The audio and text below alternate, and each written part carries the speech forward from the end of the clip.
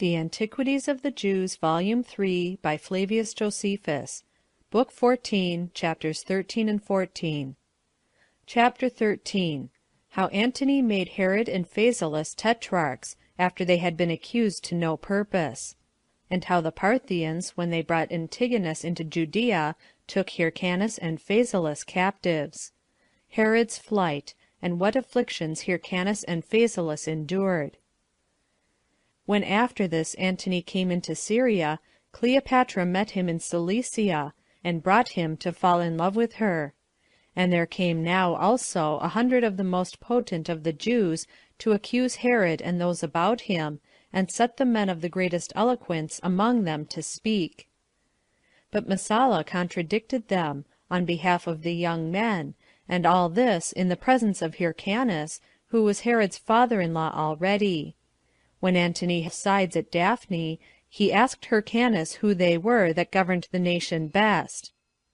He replied, Herod and his friends. Hereupon Antony, by reason of the old hospitable friendship he had made with his father Antipater, at that time when he was with Gabinius, he made both Herod and Phasaelus Tetrarchs, and committed the public affairs of the Jews to them, and wrote letters to that purpose. He also bound 15 of their adversaries, and was going to kill them, but that Herod obtained their pardon. Yet did not these men continue quiet when they were come back, but 1,000 of the Jews came to Tyre to meet him there, whither the report was that he would come.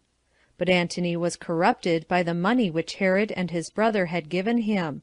and so he gave order to the governor of the place to punish the Jewish ambassadors, who were for making innovations, and to settle the government upon Herod. But Herod went out hastily to them, and Hyrcanus was with them, for they stood upon the shore before the city, and he charged them to go their ways, because great mischief would befall them if they went on with their accusation. But they did not acquiesce, whereupon the Romans ran upon them with their daggers, and slew some, and wounded more of them, and the rest fled away and went home, and lay still in great consternation. And when the people made a clamor against Herod, Antony was so provoked at it that he slew the prisoners. Now in the 2nd year, Pacorus, the king of Parthia's son, and Barzapharnes, a commander of the Parthians, possessed themselves of Syria. Ptolemy, the son of Menneus, also was now dead, and Lysanias his son took his government, and made a league of friendship with Antigonus the son of Aristobulus, and in order to obtain it, made use of that commander, who had great interest in him. Now Antigonus had promised to give the Parthians 1,000 talents, and 500 women, upon condition that they would take the government away from Hyrcanus, and bestow it upon him, and withal kill Herod. And although he did not give them what he had promised, yet did the Parthians make an expedition into Judea on that account, and carried Antigonus with them. Pacorus went along the maritime parts, but the commander Barzapharnes through the midland. Now the Tyrians excluded Pacorus, but the Sidonians and those of Ptolemais received him. However, Pacorus sent a troop of horsemen into Judea, to take view of the state of the country, and to assist Antigonus, and sent also the king's butler of the same name with himself. So when the Jews that dwelt about Mount Carmel came to Antigonus, and were ready to march with him into Judea, Antigonus hoped to get some part of the country by their assistance. The place is called Dryme. And when some others came and met them, the men privately fell upon Jerusalem. And when some more were come to them, they got together in great numbers, and came against the king's palace, and besieged it. But as Phasaelus's and Herod's party came to the others' assistance, and a battle happened between them in the marketplace, the young men beat their enemies, and pursued them into the temple, and sent some armed men into the adjoining houses to keep them in, who yet being destitute of such as should support them, were burnt, and the houses with them, by the people who rose up against them. But Herod was revenged on these seditious adversaries of his a little afterward for this injury they had offered him, when he fought with them and slew a great number of them. But while there were daily skirmishes, the enemy waited for the coming of the multitude out of the country to Pentecost, a feast of ours so called. And when that day was come, many 10,000s of the people were gathered together about the temple, some in armor, and some without. Now those that came guarded both the temple and the city, excepting what belonged to the palace, which Herod guarded with a few of his soldiers. And Phasaelus had the charge of the wall, while Herod, with a body of his men, sallied out upon the enemy, who lay in the suburbs, and fought courageously, and put many 10,000s to flight, some flying into the city, and some into the temple, and some into the outer fortifications, for some such fortifications there were in that place. Phasaelus came also to his assistance. Yet was Pacorus, the general of the Parthians, at the desire of Antigonus, pretense indeed as if he would still the sedition, but in reality to assist Antigonus in obtaining the government. And when Phasaelus met him, and received him kindly, Pacorus persuaded him to go himself as ambassador to Barzapharnes, which was done fraudulently. Accordingly, Phasaelus, suspecting no harm, complied with his proposal, while Herod did not give his consent to what was done, because of the perfidiousness of these barbarians, but desired Phasaelus rather to fight those that were come into the city. So both Hyrcanus and Phasaelus went on the embassage. But Pacorus left with Herod 200 horsemen and 10 men, who were called the freemen, and conducted the others on their journey. And when they were in Galilee, the governors of the cities there met them in their arms. Barzapharnes also received them at the first with cheerfulness, and made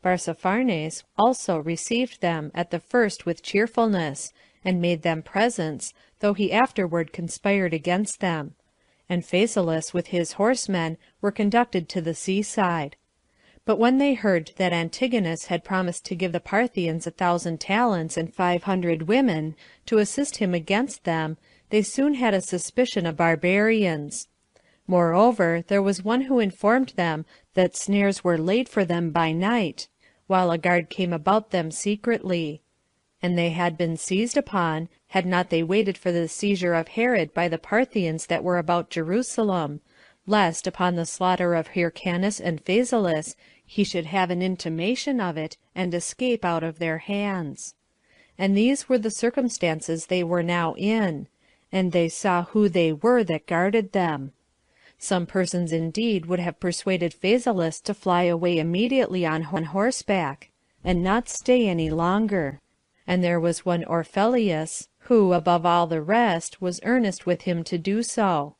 For he had heard of this treachery from Saramalla, the richest of all the Syrians at that time, who also promised to provide him ships to carry him off, for the sea was just by them. But he had no mind to desert Hyrcanus, nor bring his brother into danger. But he went to Barzapharnes, and told him he did not act justly when he made such a contrivance against them, for that if he wanted money, he would give him more than Antigonus, and besides, that it was a horrible thing to slay those that came to him upon the security of their oaths, and that when they had done them no injury. But the barbarians swore to him that there was no truth in any of his suspicions, but that he was troubled with nothing but false proposals, and then went away to Pacorus. Some men came and bound Hyrcanus and Phasaelus, while Phasaelus greatly reproached the Parthians for their perjury.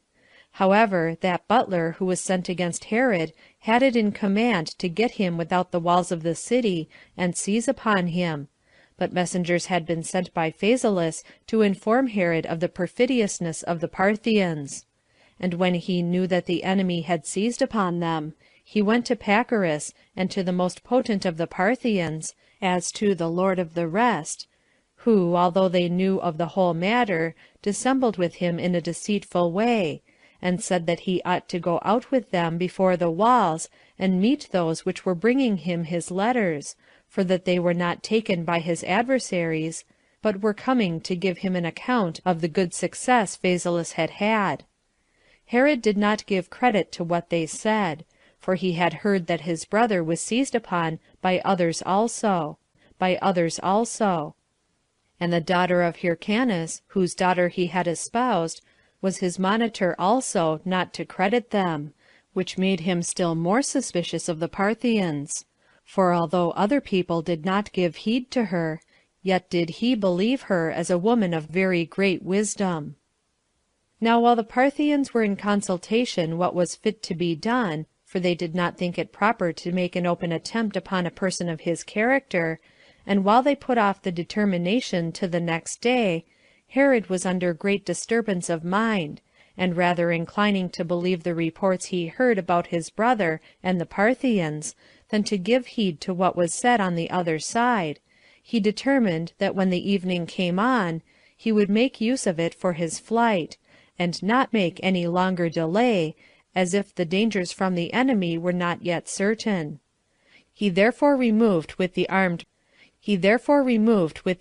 men whom he had with him, and set his wives upon the beasts, as also his mother and sister, and her whom he was about to marry, Mariamne, the daughter of Alexander, the son of Aristobulus, with her mother, the daughter of Hyrcanus, and his youngest brother, and all their servants, and the rest of the multitude that was with him, and without the enemy's privity pursued his way to Idumea.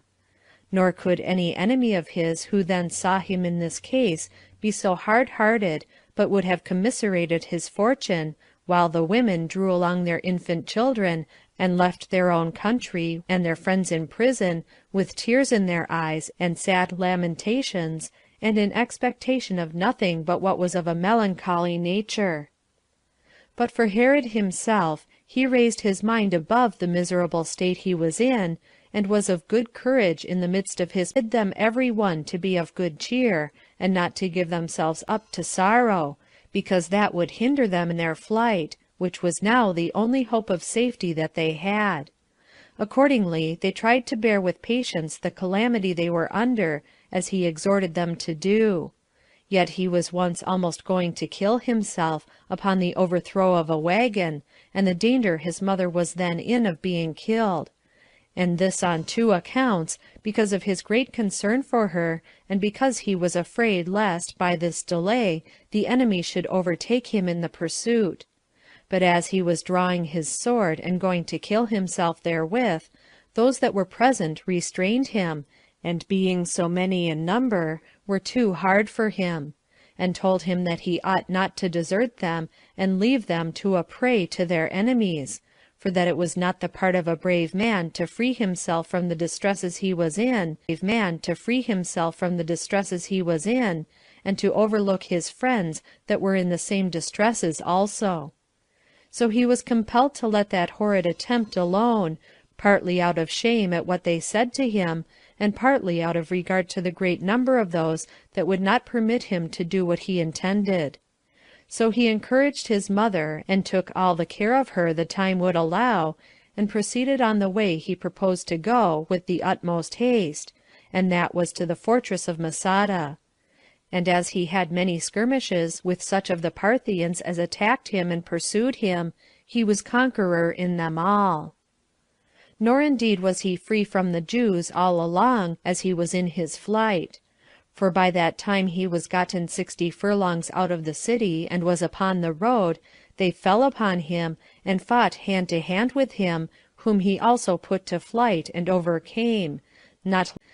like one that was in distress and in necessity, but like one that was excellently prepared for war, and had what he wanted in great plenty.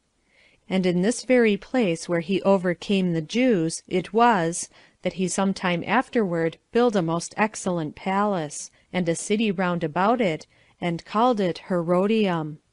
And when he was come to Idumea, at a place called Thressa, his brother Joseph met him, and he then held a council to take advice about all his affairs, and what was fit to be done in his circumstances, since he had a great multitude that followed him, besides his mercenary soldiers, and the place Masada, whither he proposed to fly, was too small to contain so great a multitude. So he sent away the greater part of his company, being above 9,000, and bid them go, some one way and some another, and so save themselves and gave them what would buy them provisions in their journey. But he took with them those that were the least encumbered, and were the most intimate with him, and came to the fortress, and placed there his wives and his followers, being 800 in number, there being in the place a sufficient quantity of corn and water, and other necessaries, and went directly for Petra in Arabia. But when it was day, the Parthians plundered all Jerusalem and the palace, and abstained from nothing but Hyrcanus's money, which was 300 talents. A great deal of Herod's money escaped, and principally all that the man had been so provident as to send into Idumea beforehand. Nor indeed did what was in the city suffice the Parthians, but they went out into the country, and plundered it, and demolished the city Marissa. And thus was Antigonus brought back into Judea by the king of the Parthians, and received Hyrcanus of the Parthians, and received Hyrcanus and Phasaelus for his prisoners. But he was greatly cast down, because the women had escaped, whom he had intended to have given the enemy, as having promised they should have them with the money for their reward. But being afraid that Hyrcanus, who was under the guard of the Parthians, might have his kingdom restored to him by the multitude, he cut off his ears, and thereby took care that the high priesthood should never come to him any more, because he was maimed, while the law required that this dignity should belong to none but such as had all their members entire. But now one cannot but here admire the fortitude of Phasaelus, who, perceiving that he was to be put to death, did not think death any terrible thing at all, but to die thus by the means of his enemy, this he thought a most pitiable and dishonorable thing. And therefore, since he had not his hands at lit against a great stone, and thereby took away his own life, which he thought to be the best thing he could do in such a distress as he was in, and thereby put it out of the power of the enemy to bring him to any death he pleased.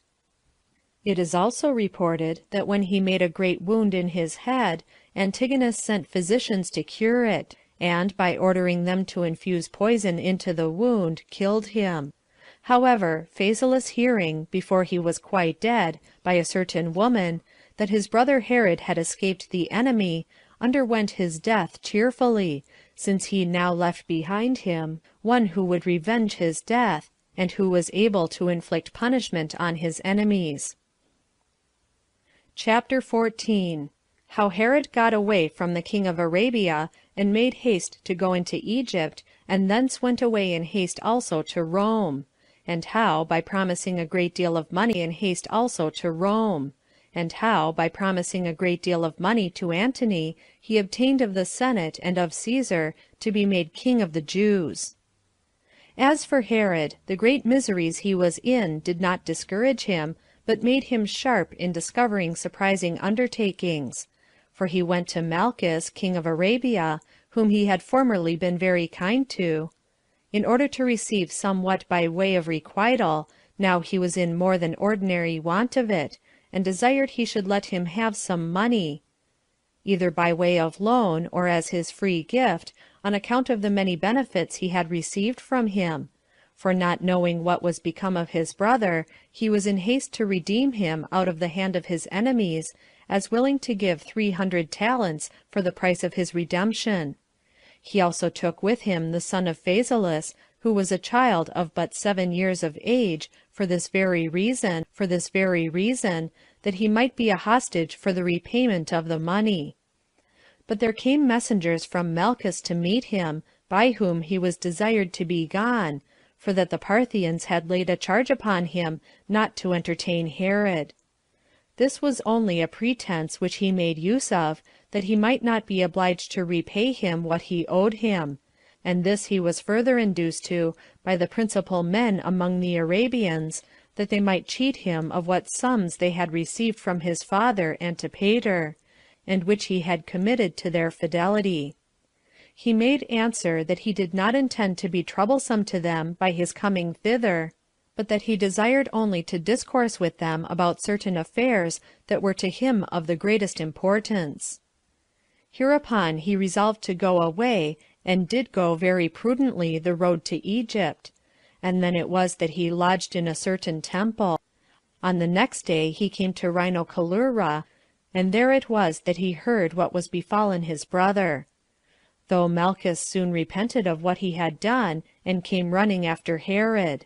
but with no manner of success, for he was gotten a very great way off, and made haste into the road to Pelusium. And when the stationary ships that lay there hindered him from sailing to Alexandria, he went to their captains, by whose assistance, and that out of much reverence of and great regard to him, he was conducted into the city Alexandria, and was retained there by Cleopatra. Yet was she not able to prevail with him to stay there, because he was making haste to Rome, even though the weather was stormy, and he was informed that the affairs of Italy were very tumultuous and in great disorder. So he set sail from thence to Pamphylia, and falling into a violent storm, he had much ado to escape to Rhodes with the loss of the ship's burden. And there it was that two of his friends, Sapinus and Ptolemus, met with him. And as he found that city very much damaged in the war against Cassius, though he were in necessity himself, he neglected not to do it a kindness, but did what he could to recover it to its former state. He also built there a 3-decked ship, and set sail thence with his friends for Italy, and came to the port of Brundusium. And when he was come from thence to Rome, he first related to Antony what had befallen him in Judea, and how Phasaelus his brother was seized on by the Parthians, and put to death by them, and how Hyrcanus was detained captive by them, and how they had made Antigonus king, who had promised them a sum of money, no less than 1,000 talents, with 500 women, who were to be of the principal families and of the Jewish stock, and that he had carried off the women by night, and that, by undergoing a great many hardships, he had escaped the hands of his enemies; as also that his own relations were in danger of being besieged and taken, and that he had sailed through a storm, and contemned all these terrible dangers of it, in order to come as soon as possible to him, who was his hope and only succor at this time. This account made Antony commiserate the change that had happened in Herod's condition, and reasoning with himself that this was a common case among those that are placed in such great dignities, and that they are liable to the mutations that come from fortune, he was very ready to give him the assistance he desired, and this because he called to mind the friendship he had had with Antipater, because Herod offered him money to make him Hyrcanus, for he took him to be a seditious person, and an enemy to the Romans. Caesar was also the forwarder to raise Herod's dignity, and to give him his assistance in what he desired, on account of the toils of war which he himself had undergone with Antipater his father in Egypt, and of the hospitality he had treated him withal, and the kindness he had always showed him, as also to gratify Antony, who was very zealous for Herod. So a senate was convocated, and Messala first, and then Atratinus, introduced Herod into it, and enlarged upon the benefits they had received from his father, and put them in mind of the good will he had borne to the Romans. At the same time they accused Antigonus, and declared him an enemy, not only because of his former opposition to them, but that he had now overlooked the Romans, and taken the government from the Parthians. Upon this the Senate was irritated, and Antony informed them further that it was for their advantage in the Parthian war that Herod should be king. This seemed good to all the senators, and so they made a decree accordingly. And this was the principal instance of Antony's affection for Herod, that he not only procured him a kingdom which he did not expect, for he had not come with an intention to ask the kingdom for himself, which he did not suppose the Romans would grant him, who used to bestow it on some of the royal family, but intended to desire it for his wife's brother, who was grandson by his father to Aristobulus, and to Hyrcanus by his mother; but that he procured it for him so suddenly, that he obtained what he did not expect, and departed out of Italy in so few days as 7 in all. This young man, the grandson, Herod afterward took care to have slain, 7 in all. This young man, the grandson, Herod afterward took care to have slain, as we shall show in its proper place. But when the Senate was dissolved, Antony and Caesar went out of the Senate house with Herod between them, and with the consuls and other magistrates before them, in order to offer sacrifices, and to lay up their decrees in the Capitol. Antony also feasted Herod the first day of his reign. And thus did this man receive the kingdom, having obtained it on the 184th Olympiad, when Caius Domitius Calvinus was consul the second time, and Caius Asinius Pollio the first time. All this while Antigonus besieged those that were in Masada, who had plenty of all other necessaries, but were only in want of water, insomuch that on this occasion Joseph, Herod's brother, was contriving to run away from it, with 200 he had been guilty of with regard to Herod. But God, by sending rain in the night time, prevented his going away, for their cisterns were thereby filled, and he was under no necessity of running away on that account. But they were now of good courage, and more so, because the sending that plenty of water which they had been in want of seemed a mark of divine providence. So they made a sally, and fought hand to hand with Antigonus's soldiers, with some openly, with some privately, and destroyed a great number of them. At the same time, Ventidius, the general of the Romans, was sent out of Syria to drive the Parthians out of it, and marched after them into Judea, in pretense indeed to succor Joseph. But in reality the whole affair was no more than a stratagem, in order to get money of Antigonus. So they pitched their camp very near to Jerusalem, and stripped Antigonus of a great deal of money, and then he retired himself with the greater part of the army. But, that the wickedness he had been guilty of might be found out, he left Silo there, with a certain part of his soldiers, with whom also Antigonus cultivated an acquaintance, that he might cause him no disturbance, and was still in hopes that the Parthians would come again and defend him. End of Book 14, chapters 13 and 14.